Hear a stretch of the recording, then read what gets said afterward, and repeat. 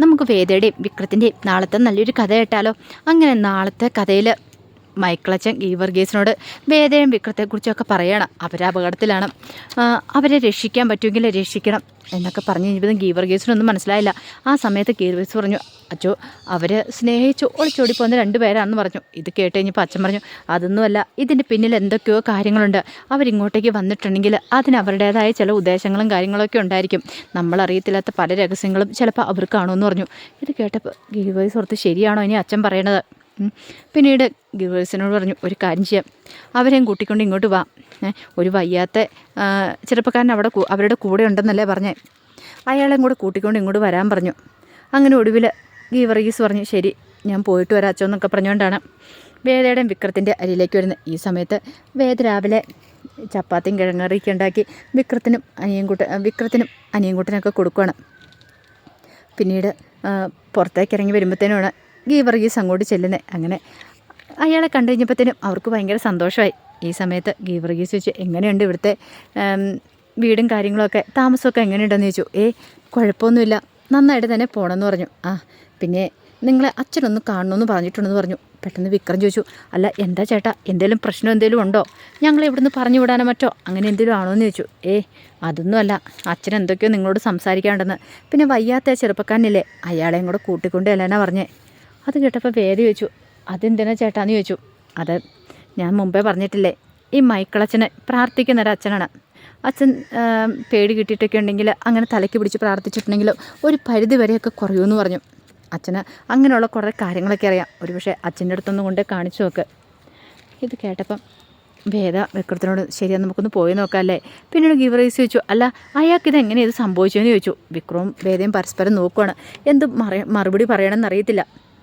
അപ്പോഴേക്കും ഗീവർഗീസ് പറഞ്ഞു, അതെ നിങ്ങളിങ്ങോട്ടേക്ക് വന്നത് വെറുതെ അല്ലെന്ന് എനിക്കറിയാം, നിങ്ങളുടെ പിന്നിൽ എന്തൊക്കെയോ രഹസ്യങ്ങളുണ്ട്, നിങ്ങളെന്തൊക്കെയോ ഒളിച്ചു വെക്കുന്നുണ്ടെന്ന് പറഞ്ഞു. അത് കേട്ടപ്പോൾ വിക്രം പറഞ്ഞു, അല്ല അത് പിന്നെ ചേട്ടാ ഞാൻ കൂടുതലൊന്നും ചോദിക്കുന്നില്ല, കാരണം നിങ്ങൾക്ക് പറയാൻ ഇഷ്ടമുണ്ടെങ്കിൽ മാത്രം പറഞ്ഞാൽ മതി. എൻ്റെ പേര് തന്നെ പരോപകാരി ഗീവർഗീസ് എന്നാണ്. കാരണം ഞാൻ ആൾക്കാരെ സഹായിക്കാറുണ്ട്, കുറേ പേരെന്നെ ചതിച്ചിട്ട് പോവാറുമുണ്ട്. പക്ഷേ എന്നാലും എന്നെക്കൊണ്ട് പറ്റുന്ന സഹായമൊക്കെ ഞാൻ ആൾക്കാർക്ക് ചെയ്തു കൊടുക്കും.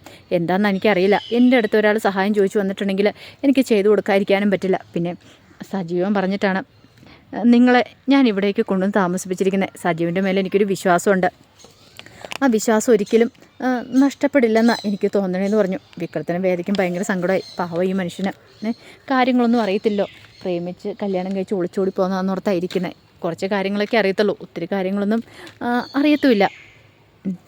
പിന്നീട് വിക്രം പറഞ്ഞു, അതെ ഞങ്ങൾ അച്ഛൻ്റെ അടുത്തേക്ക് പള്ളിയിലേക്ക് വരാമെന്ന് പറഞ്ഞു.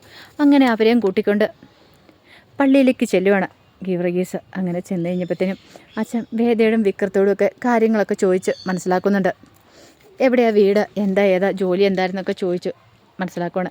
ഈ സമയത്ത് വിക്രത്തിന് കള്ളത്തരം പറയേണ്ടതായിട്ട് വരുന്നുണ്ട്, കാരണം സത്യം പറഞ്ഞിട്ടുണ്ടെങ്കിൽ എങ്ങനെ ശരിയാവുമെന്നറിയില്ല. ആ സമയത്ത് അച്ഛൻ പറഞ്ഞു, ഇന്ന് ഞാൻ രാവിലെ പ്രാർത്ഥിച്ചുകൊണ്ടിരിക്കുമ്പോൾ നിങ്ങളുടെ മുഖം എൻ്റെ മനസ്സിലേക്ക് പെട്ടെന്ന് വന്നത്. ആ സമയത്ത് മുതൽ എനിക്കെന്തോ വല്ലാത്തൊരു ബുദ്ധിമുട്ടുണ്ടായിരുന്നു, നിങ്ങൾ എന്തോ ആപത്തിലേക്ക് പെടാൻ പോകുന്നു, നിങ്ങളുടെ പിന്നിൽ തന്നെ ആപത്തുണ്ടെന്ന്. അത് കേട്ട് കഴിഞ്ഞപ്പോഴത്തേനും വേദയ്ക്ക് ഭയങ്കര ടെൻഷനായി. വേദ വിക്രത്തിനെ നോക്കണം, വിക്രത്തിനും വല്ലാത്തൊരു ബുദ്ധിമുട്ട് തോന്നി. പിന്നീട് അച്ഛൻ പറഞ്ഞു, ഭയപ്പെടുകയൊന്നും വേണ്ട, ദൈവത്തെ മുറുകെ പിടിച്ചോ, ഒന്നും സംഭവിക്കില്ല എന്ന് പറഞ്ഞു, ധൈര്യമായിട്ടിരുന്നോ. അങ്ങനെയൊക്കെ പറഞ്ഞ് ആശ്വസിപ്പിക്കുന്നുണ്ട്. അതിനുശേഷം അനിയൻകുട്ടനെ വിളിക്കുകയാണ്, വരാൻ പറഞ്ഞു. അനിയൻകുട്ടൻ പേടിയോടുകൂടി ഇങ്ങനെ അച്ഛനെ നോക്കുകയാണ്. അച്ഛനെ കണ്ടപ്പം മുതൽ അനിയൻകുട്ടന് ഭയങ്കര ടെൻഷനായിരുന്നു, പേടിയായിരുന്നു. വിക്രത്തിൻ്റെ പുറകിൽ ഒളിക്കാനായിരുന്നു അനിയൻകുട്ടൻ ശ്രമിച്ചുകൊണ്ടിരുന്നത്. അത് അച്ഛനും വിക്രത്തിനൊക്കെ മനസ്സിലായ കാര്യമോ. ഒടുവിൽ വിക്രം എന്ത് ചെയ്തു, അച്ഛൻ്റെ അരിയിലേക്ക് അനിയൻകുട്ടനെ കൊണ്ടുവന്ന് നിർത്തുകയാണ്. പിന്നീട് വിക്രത്തോടും വേദനയോടും പറഞ്ഞു, നിങ്ങൾ പുറത്തിറങ്ങിയെന്നോ, ഞാൻ ഇയാളോടൊന്ന് സംസാരിക്കട്ടെ എന്നൊക്കെ പറഞ്ഞു. അങ്ങനെ ഒടുവിൽ അച്ഛൻ എന്ത് ചെയ്തു, അനിയൻകുട്ടനെ തലയ്ക്ക് പിടിച്ച് പ്രാർത്ഥിക്കുവാണ്. പേടിയൊക്കെ മാറ്റാനായിട്ട് ഉള്ള പ്രാർത്ഥനകളും കാര്യങ്ങളൊക്കെ നടത്തി. അങ്ങനെ അനാവെള്ളമൊക്കെ തളിച്ച് അച്ഛനെ കൊണ്ട് പറ്റുന്ന രീതിയിൽ പ്രാർത്ഥിക്കുന്നുണ്ട്. അങ്ങനെ കുറേ കാര്യങ്ങൾ അച്ഛൻ ചെയ്യാറുണ്ടായിരുന്നു, കുറേ പേർക്ക് ആശ്വാസം കൊടുക്കാറുണ്ടായിരുന്നു അച്ഛന്. അങ്ങനെ തലയ്ക്ക് പിടിച്ചൊക്കെ പ്രാർത്ഥിക്കുന്നുണ്ട്. ഈ സമയത്ത് ഗീവർഗീസ് പുറത്തു വന്നിട്ട് പറഞ്ഞു, അതെ ഒരുമാതിരി നല്ല അത്ഭുതസിദ്ധിയുള്ള അച്ഛനാ എന്ന് പറഞ്ഞിട്ടുണ്ടെങ്കിൽ ഇതുപോലെയുള്ള പേടിയും കാര്യങ്ങളും കിട്ടിയ ആൾക്കാർ ഇവിടെ കൊണ്ടുവന്ന് കഴിഞ്ഞിട്ടുണ്ടെങ്കിൽ അവരെ ഒരു പരിധിവരെ സുഖപ്പെടുത്തി വിടാനായിട്ട് അച്ഛന് സാധിക്കുമെന്ന് പറഞ്ഞു, പേടി കിട്ടിയതാണെങ്കിൽ. അത് കേട്ടപ്പോൾ വിക്രം പറഞ്ഞു, ചേട്ടാ അങ്ങനെയായിരുന്നെങ്കിൽ വളരെ ഉപകാരമായിരുന്നു പറഞ്ഞു, എത്രയും പെട്ടെന്ന് അവൻ്റെ വയ്യായിയൊക്കെ മാറണമെന്ന് തന്നെയാണ് ഞങ്ങളുടെ ആഗ്രഹം എന്ന് പറഞ്ഞു. അങ്ങനെ അച്ഛൻ പ്രാർത്ഥനയെല്ലാം കഴിഞ്ഞിട്ട് അനിയൻകുട്ടനോട് കുറേ സമയം സംസാരിക്കുന്നുണ്ട്. അനിയൻകുട്ടൻ ആദ്യമൊന്നും അച്ഛനോട് മിണ്ടാനൊന്നും കൂട്ടാക്കിയിട്ടുണ്ടായിരുന്നില്ല. എന്നാലും പിന്നെ അനിയൻകുട്ടൻ എന്തൊക്കെയോ അച്ഛനോട് പറയുന്നുണ്ടായിരുന്നു. പക്ഷേ ഒരു കാര്യം അച്ഛന് മനസ്സിലായി, മുമ്പത്തെ അത്രയും പേടിയും കാര്യങ്ങളും ഇപ്പം അയാൾക്ക് തൻ്റെ അടുത്തില്ല എന്നുള്ള കാര്യം. പിന്നീട് അച്ഛൻ വന്നിട്ട് വേദയോടും വിക്രത്തോടും കാര്യങ്ങൾ പറയുന്നുണ്ട്. അടുത്ത ദിവസം ഒന്നുകൂടെ കൊണ്ടുവരണം. പിന്നെ അറിയാലോ, ഇവിടെ ഒരു ഡോക്ടർ വരുന്നുണ്ട്, ജോർജ് ഡോക്ടർ, സൈക്കാട്രിസ്റ്റാണ്. ഡോക്ടർ വരുമ്പോൾ ഒരു കാര്യം ചെയ്യുക, ഇയാളെ ഒന്ന് കൊണ്ടുവന്ന് കാണിക്കാനും കൂടെയൊക്കെ പറയണം. അത് കേട്ടപ്പം വിക്രമൻ ശരിയച്ചോ കൊണ്ടുവരാമെന്നൊക്കെ പറയണം. അങ്ങനെ അവർ യാത്രയും പറഞ്ഞുകൊണ്ട് അവിടെ നിന്ന് ഇറങ്ങി. പിന്നീട് വീട്ടിലേക്ക് വന്നു കഴിഞ്ഞപ്പോഴത്തേനും മേരി അങ്ങോട്ടേക്ക് വരുന്നത്. മേരി വന്ന് വേദയെ വിളിക്കുകയാണ്. അതെ, ഇന്നലെ ജോലിയുടെ കാര്യം പറഞ്ഞില്ലായിരുന്നു എന്ന് ചോദിച്ചു. അതെ, അപ്പം അച്ഛനൊരു കത്ത് കൊടുത്ത് വിട്ടിട്ടുണ്ടായിരുന്നു. അപ്പോൾ ആ കത്ത് കൊണ്ടുപോയി അവിടുത്തെ തേയിലത്തോട്ടത്തിന് പ്ലാന്റേഷൻ മാനേജർക്ക് കൊടുക്കണം. അങ്ങനെ കൊടുത്താൽ മാത്രമേ വേദയെ ജോലിക്ക് എടുക്കുകയുള്ളൂ അവിടെ. അങ്ങനെ മേരി വന്നിട്ട് വേദയെ വിളിച്ചിട്ടുണ്ടെങ്കിൽ ഒരു കാര്യം ചെയ്യുക, എൻ്റെ കൂടെ വാ, പ്ലാന്റേഷൻ മാനേജർ അടുത്തേക്ക് പോകാമെന്ന് പറഞ്ഞു.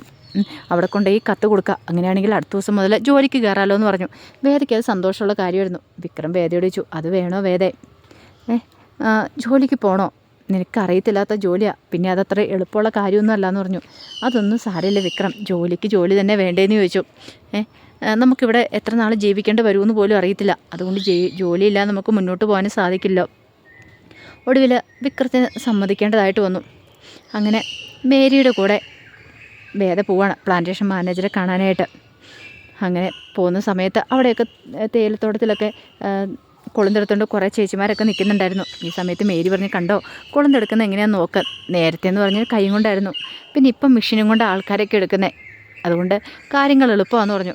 മുമ്പത്തെ പോലെ ഇങ്ങനെ നുള്ളിയെടുക്കേണ്ട കാര്യമൊന്നുമില്ല, അതുകൊണ്ട് അധികം സ്ട്രെയിനും ഉണ്ടാകത്തില്ല എന്ന് പറഞ്ഞു. വേദ പറഞ്ഞു, അതൊന്നും സാരമില്ല, എന്നെക്കൂടെ പറ്റുന്ന രീതിയിൽ ഞാൻ ചെയ്തോളാമെന്ന് പറഞ്ഞു. അത് മതി, അത്രയും മതി, ആദ്യമായിട്ടൊക്കെ ആയിരിക്കില്ലേ, പിന്നെ ആകുമ്പോഴത്തേനും അത് ശീലമായിക്കോളും എന്നൊക്കെ പറഞ്ഞിങ്ങനെ സമാധാനിപ്പിക്കുന്നുണ്ട് വേദയെ.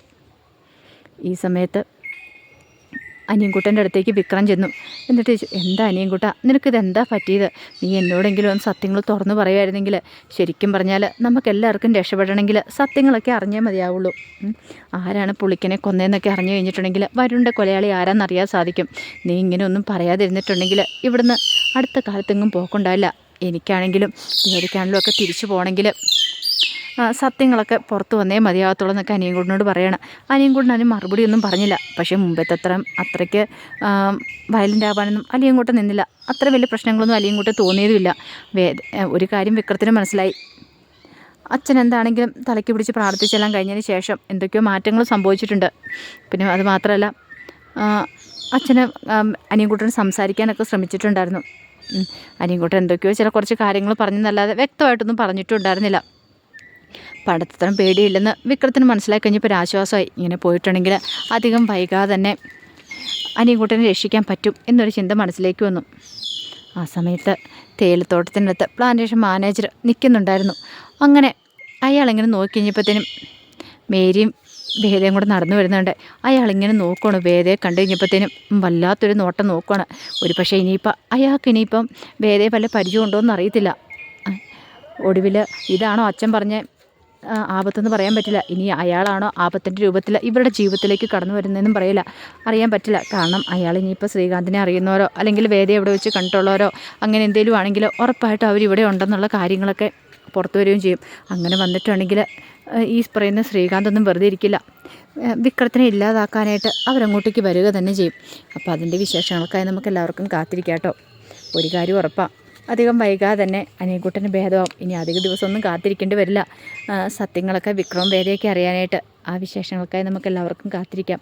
ഒരിക്കൽ കൂടി എല്ലാവർക്കും ശുഭരാത്രി നേർന്നുകൊണ്ട് നിർത്തുന്നു. നന്ദി.